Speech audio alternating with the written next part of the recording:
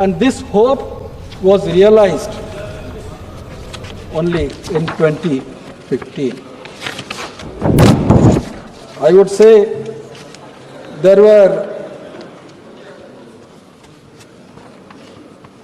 notably Article 370 was placed under Part 21 of the Constitution titled Temporary. This was the only solace.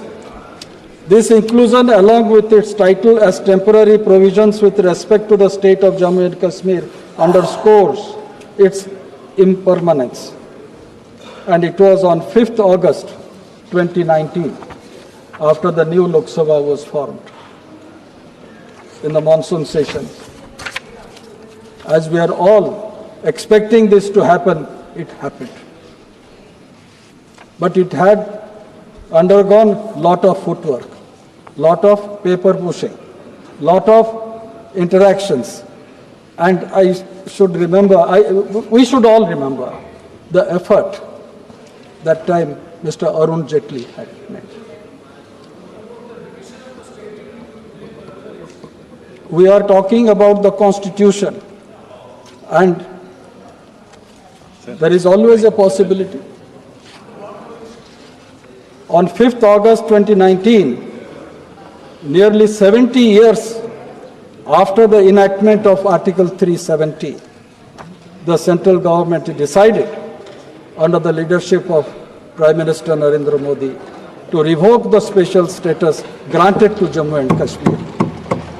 And the day it was piloted by no other than Home Minister Amit Shah ji. And all of us participated in that deliberate. Some of us participated in that debate. The forthrightness in which the government at that point of time said 370 has to go, that was the voice of the nation. There were some murmurs somewhere. Even we hear some murmurs today, but they didn't have the courage to say it publicly. Please conclude, Manas Sir. Even during this last assembly election, there was some thing said under a garb. But I believe when two sets, the mistake that was committed in 1949,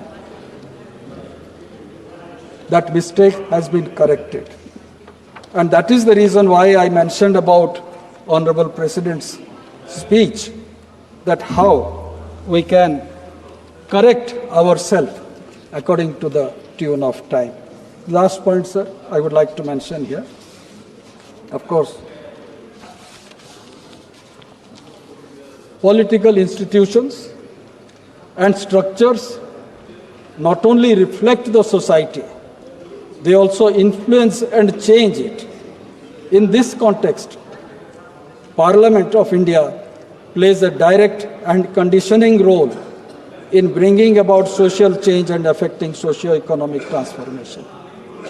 Being the people's supreme representative institution, Parliament is the lifeline of all governmental activities. And during last 10 years, some months, it is under the leadership of our Prime Minister that a common person in a village also feels that I am part of the system. My account is operated. I get benefit. I also have a say. Did this happen 10 years ago? It was not happening. Technology has helped us. And utilizing that technology to reach the common people is something which we should glorify. Another last point which I would just like to mention. The country that we see today in a map was never under one rule, one law at any point of time of our hoary past. We had Chandragupta Maurya, Ashoka the Great. We had also Badshah Akbar ruling this country. Large chunk of area. But many a time, Northeast was not part of it. South Deccan was not part of it.